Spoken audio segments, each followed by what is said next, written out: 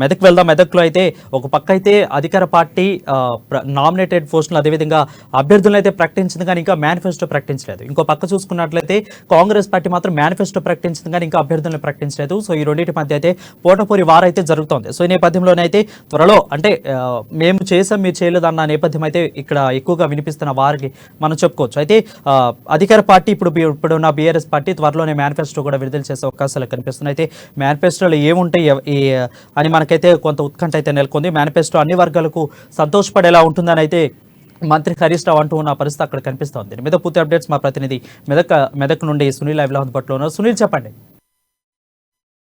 మెదక్ జిల్లా తూప్రాన్ లో మంత్రి హరీష్ రావు ఈ రోజు పర్యటించడం జరిగింది. ఆయన పలు అభివృద్ధి కార్యక్రమాలకు శంకుస్థాపన చేయడం జరిగింది. ఈ సందర్భంగా మంత్రి హరీష్ రావు కీలక వ్యాఖ్య చేశారని చెప్పవచ్చు. అయితే బీఆర్ఎస్ మేనిఫెస్టో త్వరలోనే రాబోతున్నట్లు కూడా మంత్రి హరీష్ రావు స్పష్టం చేసినటువంటి పరిస్థితి ఉంది. ఈ నేపథ్యంలో పెన్షన్లు ఎవరైతే రాష్ట్ర ప్రభుత్వం ఇస్తున్నటువంటి పెన్షన్లు కూడా పెంచేందుకు సీఎం కేసీఆర్ ఇప్పటికే నిర్ణయం తీసుకున్నట్లుగా కూడా మంత్రి హరీష్ రావు చెప్పడం జరిగింది. నేపథ్యంలో పెన్షన్దారులకు త్వరలోనే కీలకమైన శుభవార్త వింటారని చెప్పి కూడా మంత్రి హరీష్ రావు స్పష్టం చేయడం జరిగింది. అయితే రాబోయే అసెంబ్లీ ఎన్నికలకు సంబంధించి బీఆర్ఎస్ పార్టీ చాలా కీలకంగా మేనిఫెస్టోని రూపొందిస్తుందని కూడా మంత్రి హరీష్ రావు చెప్పారు. అయితే మేనిఫెస్టో రూపొందించే కార్యక్రమం మొత్తానికి కూడా సీఎం కేసీఆర్ దగ్గరుండి పరిశీలిస్తున్నారు. మేనిఫెస్టోనైనా ప్రతి అంశాన్ని కూడా పరిశీలించి మేనిఫెస్టోలో ఏ అంశాలు చేర్చాలి, ప్రజలకు ఎలాంటి లబ్ధి చేకూర్చాలి, అదేవిధంగా వివిధ వర్గాలకు చెందినటువంటి ప్రజలకు తమ మేనిఫెస్టో ద్వారా ఎలాంటి లబ్ధి చేకూర్చాలనే అంశాలపై మొత్తం ఆయన కూలంకుషంగా విశ్లేషిస్తూ అదేవిధంగా మేనిఫెస్టోను రూపొందించే పనిలో సీఎం కేసీఆర్ బిజీగా ఉన్నట్లుగా కూడా మంత్రి హరీష్ రావు స్పష్టం చేయడం జరిగింది. ఈ నేపథ్యంలో ఇప్పటికే బీఆర్ఎస్ పార్టీ తమ అభ్యర్థులను కూడా ప్రకటించిన విషయం తెలిసిందే.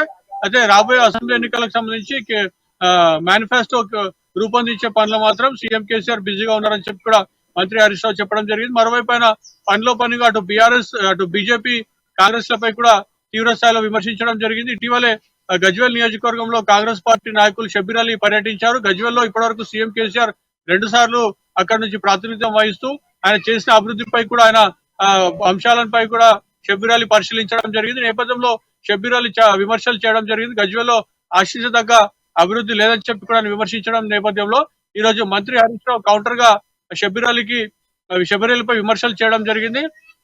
ఆయన మంత్రిగా ఉన్నప్పుడు కూడా అటు ఆయన ప్రాతినిధ్యం వహించినటువంటి కామారెడ్డిలో కానివ్వండి, రాష్ట్రంలో ఆయన చేసిన అభివృద్ధి ఏముందని చెప్పి కూడా ఆయన ప్రశ్నించడం జరిగింది.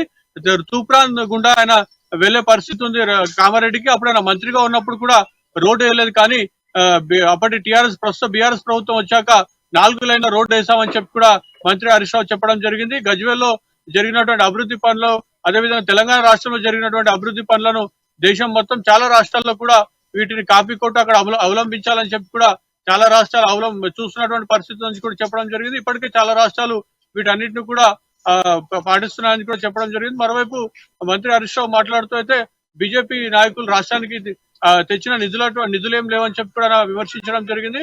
బీజేపీ కేవలం ఎన్నికల గారడికి సంబంధించే వాళ్ళు కేవలం ఇన్ని కోట్ల నిధులు ఇచ్చామని చెప్పి లక్షల కోట్ల నిధులు ఇచ్చామని చెప్పి కూడా చెప్పుకుంటున్నారు తప్ప ప్రజలు మాత్రం బీఆర్ఎస్ వైపే ఉన్నారు. మరోవైపు మంత్రి హరీష్ రావు మరో కీలకమైన అంశం కూడా ప్రజలకు చెప్పారని మనం చెప్పవచ్చు. ఎందుకంటే కామారెడ్డి అదేవిధంగా గజ్వేల్లో 2 చోట్ల కూడా సీఎం కేసీఆర్ పోటీ చేయనున్న నేపథ్యంలో కామారెడ్డికి ఓట్ల కన్నా సీఎం కేసీఆర్ కు గజ్వేల్ నుంచి ఎక్కువగా ఓట్లు రావాలి.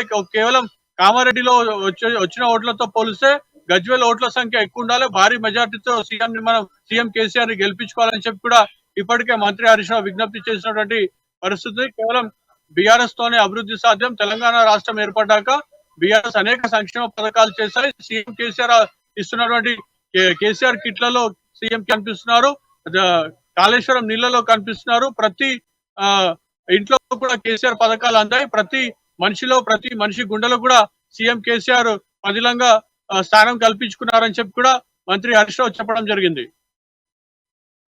సునీల్, అది చూసుకున్నట్లయితే అంటే ఎక్కువగా ఇప్పుడున్న రాజకీయ పార్టీలు అన్నీ కూడా ఎక్కువగా సంక్షేమం మీద ఫోకస్ చేసి ప్రజల సంక్షేమం మాకు ముఖ్యమంటూ మాట్లాడుతున్న పరిస్థితులు మనకు కనిపిస్తుంది. సో ఈ నేపథ్యంలోనే ఇప్పుడున్న బీఆర్ఎస్ పార్టీ కూడా రేపు మేనిఫెస్టోలో ప్రజలకి మెయిన్ సంక్షేమం గురించి ఏమన్నా కొన్ని పథకాలు వదిలే అవకాశాలు కనిపిస్తున్నాయి. ఆల్రెడీ ప్రతిపక్షం అయిన కాంగ్రెస్ పార్టీ ప్రజలను ఉద్దేశించి సంక్షేమ పథకాలు ఎక్కువ వదిలే. సో ఈ నేపథ్యంలోనే బీఆర్ఎస్ పార్టీ కూడా ప్రజల సంక్షేమం మీద ఎక్కువగా ఇచ్చే ప్రకటనలు ఏమైనా మనకు పథకాలు ఏమైనా కనిపించే అవకాశాలు ఉన్నాయా?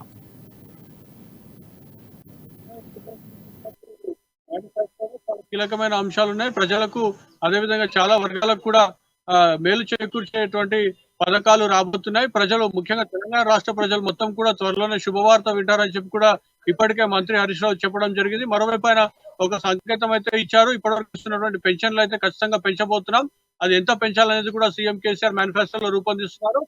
ఒక్కసారిగా బీఆర్ఎస్ పార్టీ మేనిఫెస్టో ప్రజల్లోకి వచ్చాక ప్రజలు ఏ పార్టీకి కూడా ఓటు వేయరు, కేవలం బీఆర్ఎస్ పార్టీకే ఓటు వేస్తారని చెప్పి కూడా చెప్పడం జరిగింది. ఈ నేపథ్యంలో బీఆర్ఎస్ పార్టీ తమ మేనిఫెస్టో చాలా కీలకంగా వ్యవహరిస్తుంది, చాలా కీలకంగా ఇచ్చబోతుందని చెప్పి కూడా మనం భావించవచ్చు. త్వరలో మేనిఫెస్టో కూడా విడుదల చేస్తామని చెప్పి కూడా ఇప్పటికే మంత్రి హరీష్ రావు స్పష్టం చేసిన నేపథ్యంలో మేనిఫెస్టో రూపొందనలో మాత్రం సీఎం కేసీఆర్ పాత్ర కీలకం అని చెప్పి కూడా ఆయన చెప్పడం జరిగింది. మరోవైపు మేనిఫెస్టోకి సంబంధించిన ప్రకటన నేపథ్యంలో ఇతర బీఆర్ఎస్ కానీ బీజేపీ కాంగ్రెస్ పార్టీలు ఏ విధంగా స్పందిస్తాయని చెప్పి కూడా మనం వేచి చూడాల్సిన అంశం ఉంది.